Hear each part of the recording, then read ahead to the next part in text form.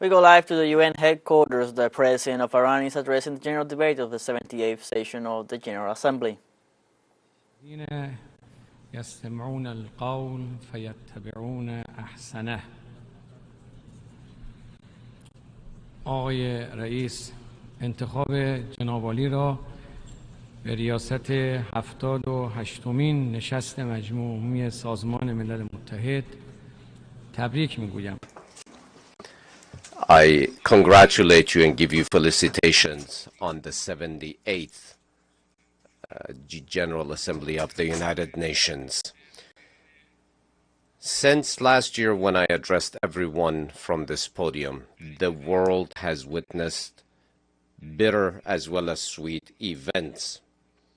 But the world, nearly 8 decades following the establishment of the United Nations, the new session of the General Assembly commences as the world is experiencing unprecedented and historic changes.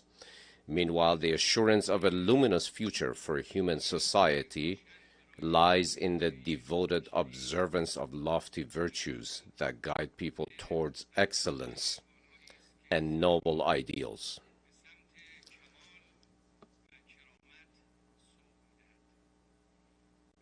What better source than the word of the Creator to encapsulate the essence of humanity and elevate the inherent values of mankind? Distinguished delegates, ladies and gentlemen, the Holy Quran beckons humanity towards rationality, spirituality, the truth, and justice.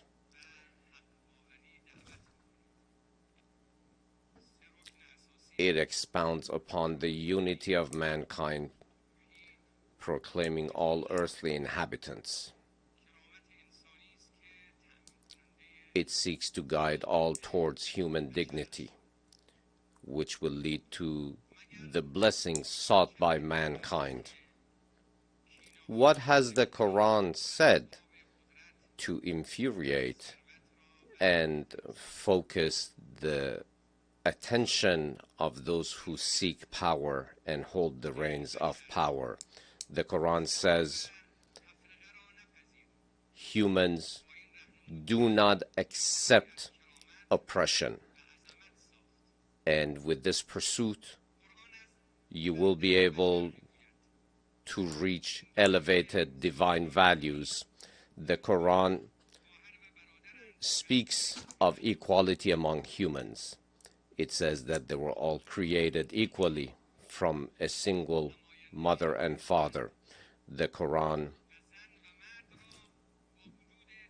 even though there are differences, natural differences between men and women, sees them as completing one another and direct in the eyes of the Creator and equal in the eyes of the Creator. The Quran defends the sanctity of the family and sees children as gifts entrusted to us by God.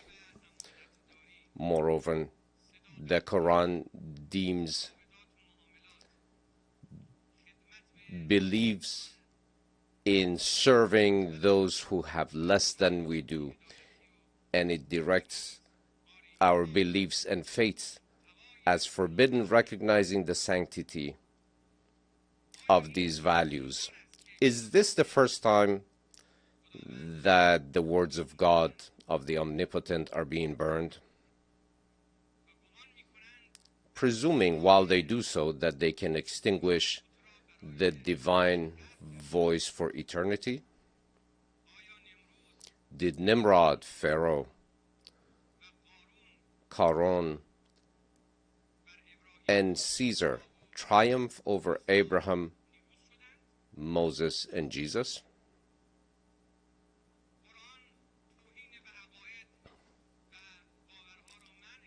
The Quran forbids all forms of violence in human interactions and deems respect towards Abraham, Moses, and Jesus on par and equal to with the sanctity for the Prophet Muhammad, peace be upon him.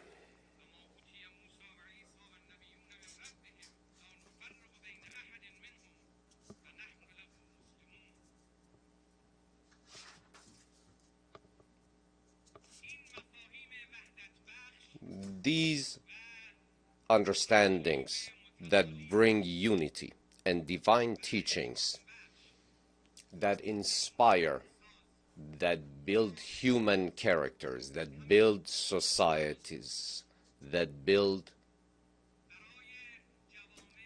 progress for human societies will never be burned, is eternal. They remain impervious. The fires of disrespect will not overcome the truth, the divine truth. Mr. President, Islamophobia and cultural apartheid witnessed in Western countries, evident in actions ranging from the desecration of the Holy Quran to the ban on hijab in schools and numerous other deplorable discriminations, are not worthy of human dignity. Even more concerning is that behind the scene there seems to be an agenda which seeks to divert attention with using the tool of freedom of speech. As one Westerner said, now that the West is faced with a crisis of identity, sees the world as a jungle and presents itself in the best of lights as a beautiful garden. And some potent interests see this fabrication as their tools of choice. These apartheid has targeted the Muslim community, particularly the immigrants who are themselves victims of colonial policies. In alignment with all adherents of faith and advocates for freedom, we firmly believe that reverence for religions should hold a prominent position on the United Nations agenda in order to indoctrinate the proper framework for respect to all world religions. Concurrently with the war on Islam, we are also seeing a war against the framework of the family. The family is the most fundamental column that has supported human development, which is now under attack. Today, crimes against humanity are not just the occupation of lands and oppression against people and mass killings, but it's also a concerted attack on the family itself. That is also a crime against humanity. The protection of the nucleus of the family, made up of the sanctity of marriage between a man and a woman, is an inherent truth to be accepted by the entire world.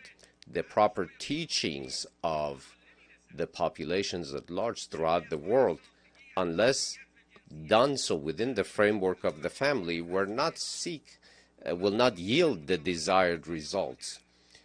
These are divine words: mother, father, natural words and concepts such as family. Actions that can be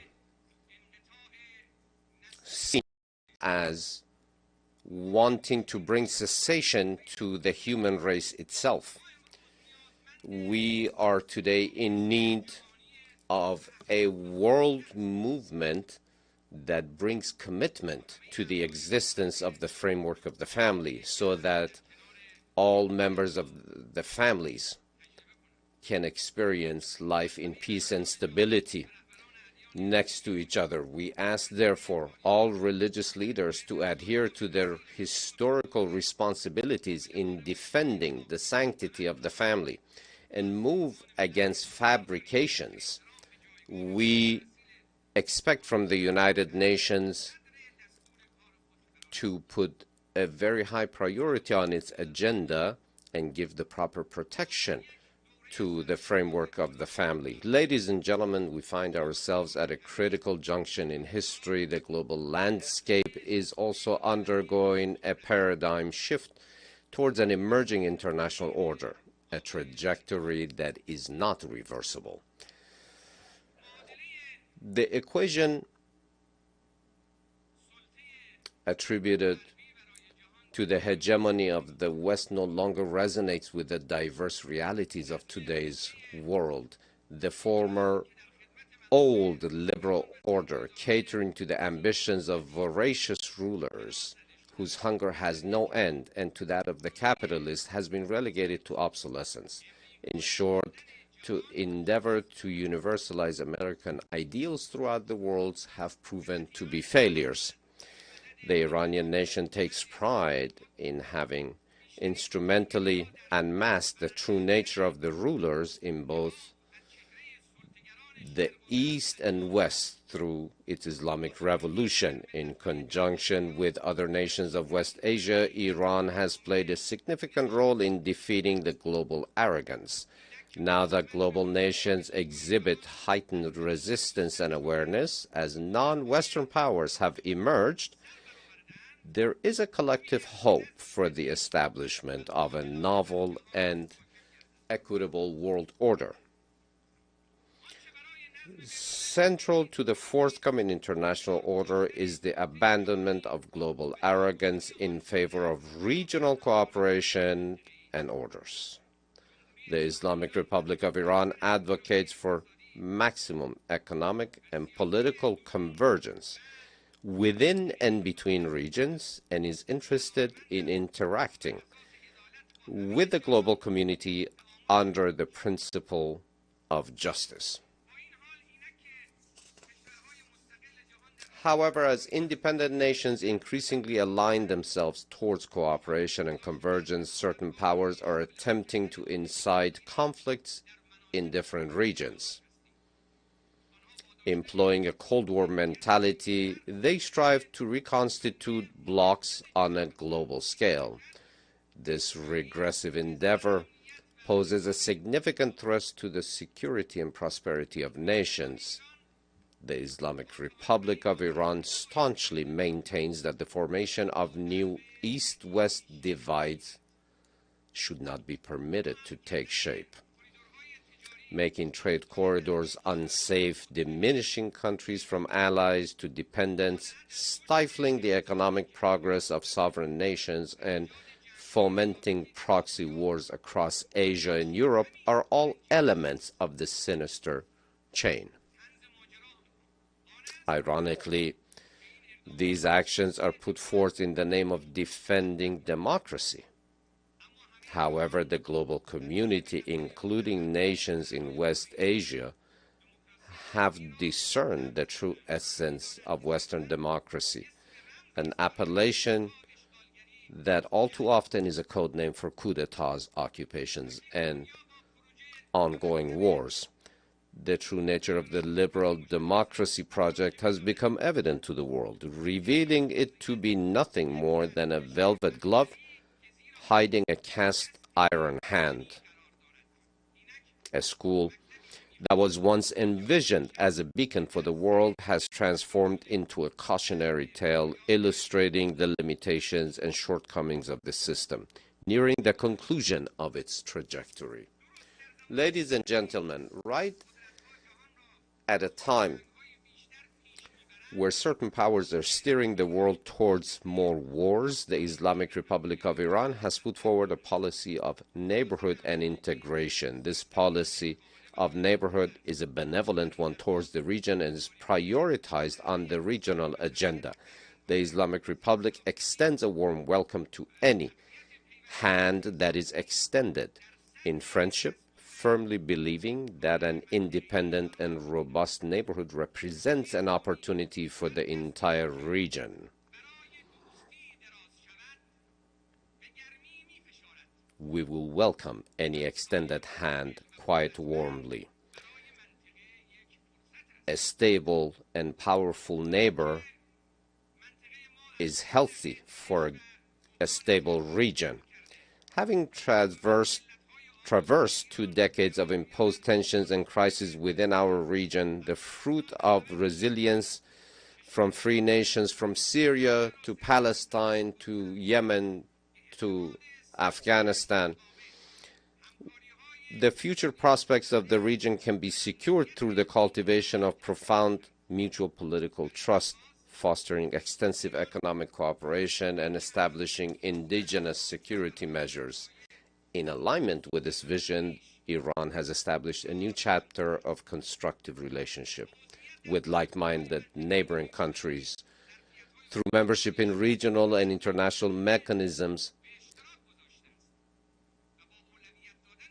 such as the Shanghai Cooperation Organization or the Northeast Economic Corridor. We have prioritized these developments in order to bring their benefits and their fruits for all of the people of the region. The Islamic Republic of Iran also stands ready in order to decrease the effects of climate change, to bring her capacity, her national capacity for renewable energy production and share those with other countries. In the security sector, the good neighbor policy seeks to increase regional cooperation and forbidden external meddling from the Caucasus to the Persian Gulf. Any type of foreign presence not only is not part of the solution, but it is the problem itself. From the Caucasus to the Persian Gulf, any type of foreign presence, not only it is not part of a solution, but it is the problem and the difficulty itself. We see the security of the neighbors as our own security, and any type of insecurity for them is insecurity for us. With benevolence and goodwill, we have taken initiatives throughout the region, even though bringing together politics and security needs strengthening. This process needs to be strengthened and can only be realized when it's accompanied by meaningful economic cooperation.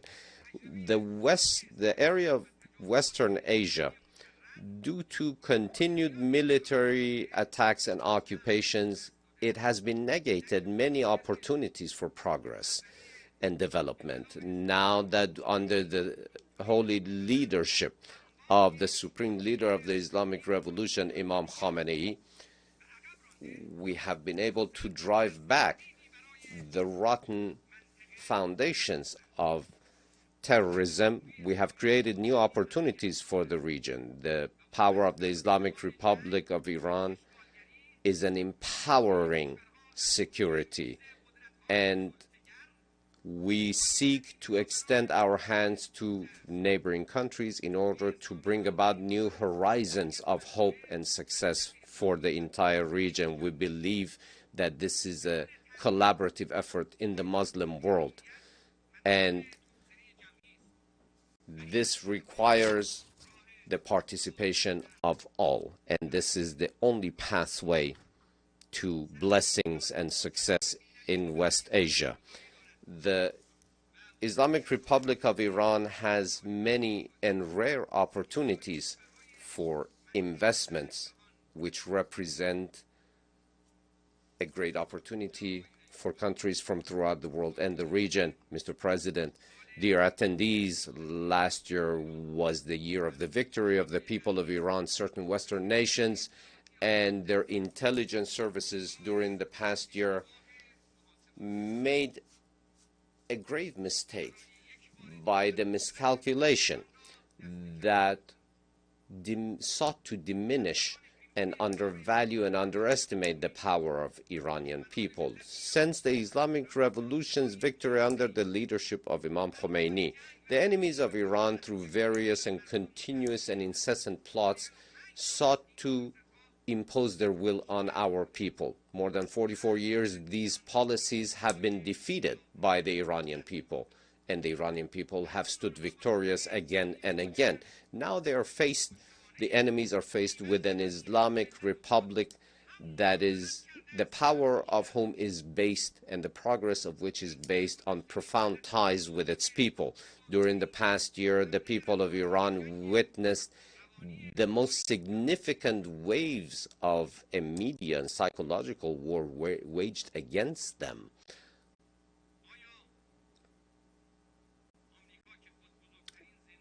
The United States of America, which now possesses the biggest women's prison, therefore mothers' prisons in Iran, can sincerely be the defender of women's rights.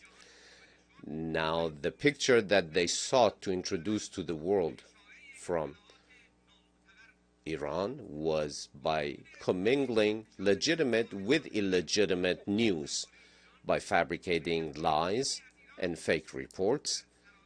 Realities from Iran were censored throughout the world in order to negate the truth. Have you ever heard anything about the chemical bombardment against the Iranian people, those chemical weapons that were supplied by certain European countries to Saddam Hussein? Have you seen those whose bodies are severely and gravely damaged by chemical attacks, who are still alive but in hospital for 35 years? Have you seen their photos and images? Have you seen ill children who cannot overcome immune system diseases because of sanctions imposed on us that prevents obtaining proper medication for their treatment? Have you seen those photos? Have you seen the pictures of patience, of sacrifice, and steadfast fortitude of the Islamic people of Iran? Have you seen those pictures? Have you seen the unprecedented movement of the remembrance of the martyrdom of Imam Hussein, the Prophet Muhammad's grandson? 22 million strong marching towards his burial site for the anniversary of his martyrdom. Many countries' safeties today throughout our region are owed to the sacrifices of our martyr general Haj Qasem Soleimani. Had it not been for his sacrifice, the hero of anti-terrorism activities, many of the countries in the region would have burned to the ground in the fires set by ISIS and Daesh. Have you seen, do you recall the steadfast stories of heroic fights against terrorism through Hollywood-like generated reports in the news media? Have you seen the 25 million strong funeral of the late commander, General Qasem Soleimani, throughout Iran? Those were censored throughout the world in the West.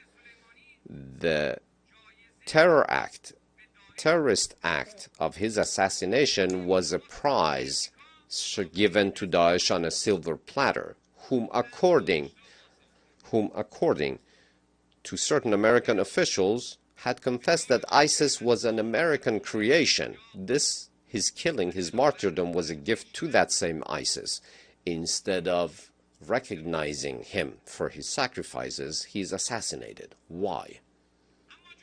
But the Islamic Republic of Iran, through the use of all tools and capacities in order to bring to justice the perpetrators and all those who had a hand in this government-sanctioned act of terror, will not sit until that is done. The blood of the oppressed will not be forgotten, and the robes of the guilty will bring them to justice. Ladies and gentlemen, dear heads of states, representatives, most serious threats in West Asia are extremism and fundamentalism. The eradication of terrorism through an all-encompassing fight against their very roots and the very reasons that gave rise to them throughout the world will not be achieved. The surgical use of terrorists by certain Western governments as a political tool will be overcome by the collective will of the people of the region. Certain intelligence and security services of Western countries, in a very targeted fashion, moving terrorists from area to area in the region in order to be able to capitalize on their devastating capacities. They keep being asked, why have you given refuge again and again to officially recognized terror groups who have the blood of over 17,000 Iranian martyrs on their hands, as well as our head of state, prime minister, and congressional representatives? Why do the Europeans behave in this way? They must give a reasonable answer. Why do they say and portray that they're fighting against terror, however they give refuge to terrorists? This is a double standard. Discrimination in the fight against terrorism is a green light given to terrorists themselves. Iran, who herself has been the biggest target of terrorism, has been at the forefront of fighting terrorism in the region. The people of the region see Iran as a secure partner for their own security, and the occupying regime in Jerusalem is seen as the perpetrator of much of the violence in the region. Has the time not come to bring an end to 7.5 decades of the occupation of Palestinian lands, of the demolition of their homes, of the blood of their women and children, and for the people of Palestine to be recognized officially as a country? The continuation of the occupation of the Zionist regime of certain Syrian and Lebanese and Palestinian territories, and the lack of recognition to the people of Palestine has been a negation of their inherent rights, and the lack of formulation of a proper Palestinian government with its rightful capital in Jerusalem has been a tool used at the hand of certain governments in the region. Certain foundations that have been laid in the region by certain countries based on lies and destruction and occupation, those countries cannot be partners for peace. The situation today in Afghanistan represents another example of foreign meddling in the region, which has led to the killing of over 70,000 men, women, and children. In Afghanistan, Iran insists on an all-encompassing government with the participation of all Afghan groups and population, but the assistance of the world is needed in order to address the crisis of refugees who have been driven from their land, from Afghanistan, a great many of whom are being given refuge in Islamic Iran today. Vis-a-vis the Ukrainian crisis and the war, I would like to remind everyone again of our position, unambiguous position. As the Islamic Republic, we do not stand nor support any war anywhere, not in Europe nor anywhere else. We do not see any war to benefit any sides in Europe. Any type of tension and fanning the flames of violence in Ukraine has been done by the United States of America in order to weaken the European countries, and this is a long-term plan, unfortunately.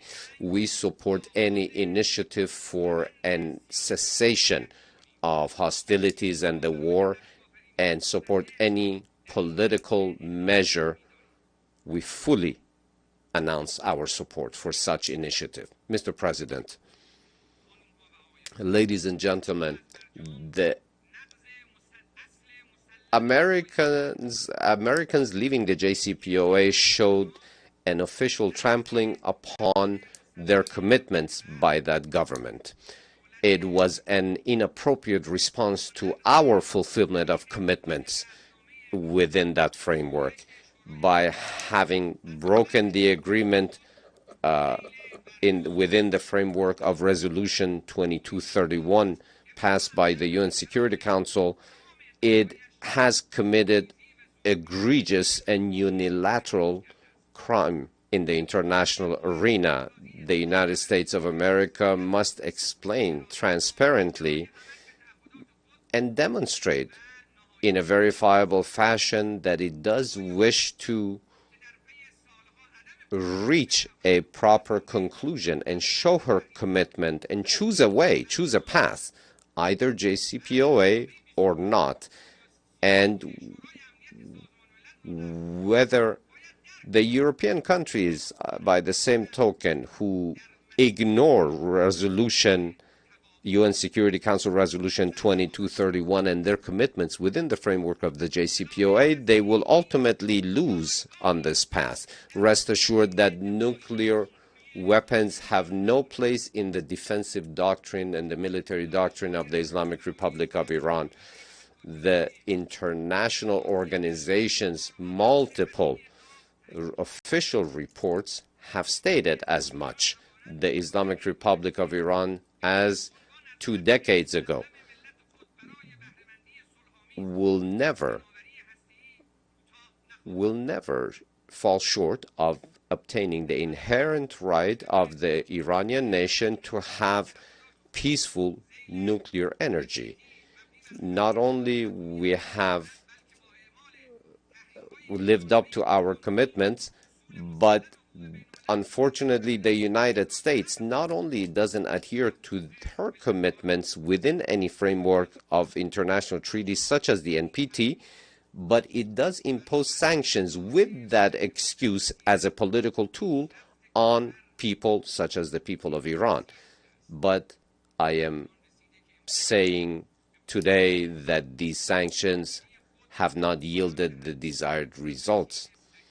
It is time now for the United States to bring a cessation to her traveling on the wrong path and choose the right side. Ladies and gentlemen, humanity is entering a new framework. Old powers will keep their current downward trajectory. They are the past and we are the future.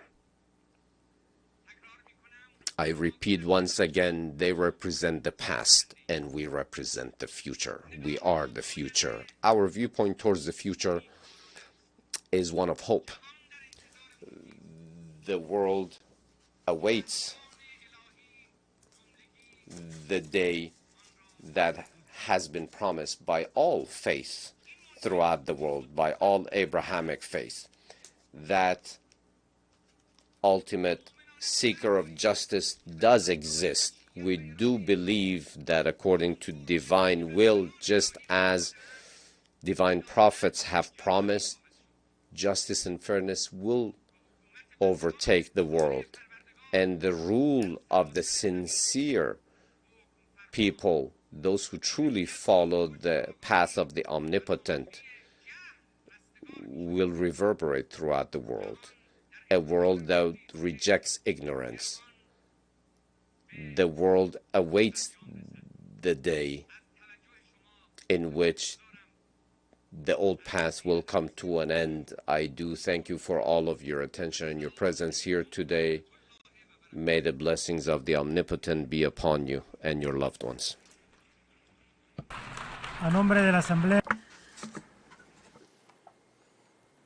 We We were listening to the statements of the Iranian President at the 78th UN General Assembly. Ebrahim Raisi condemned unilateral coercive sanctions and oppression.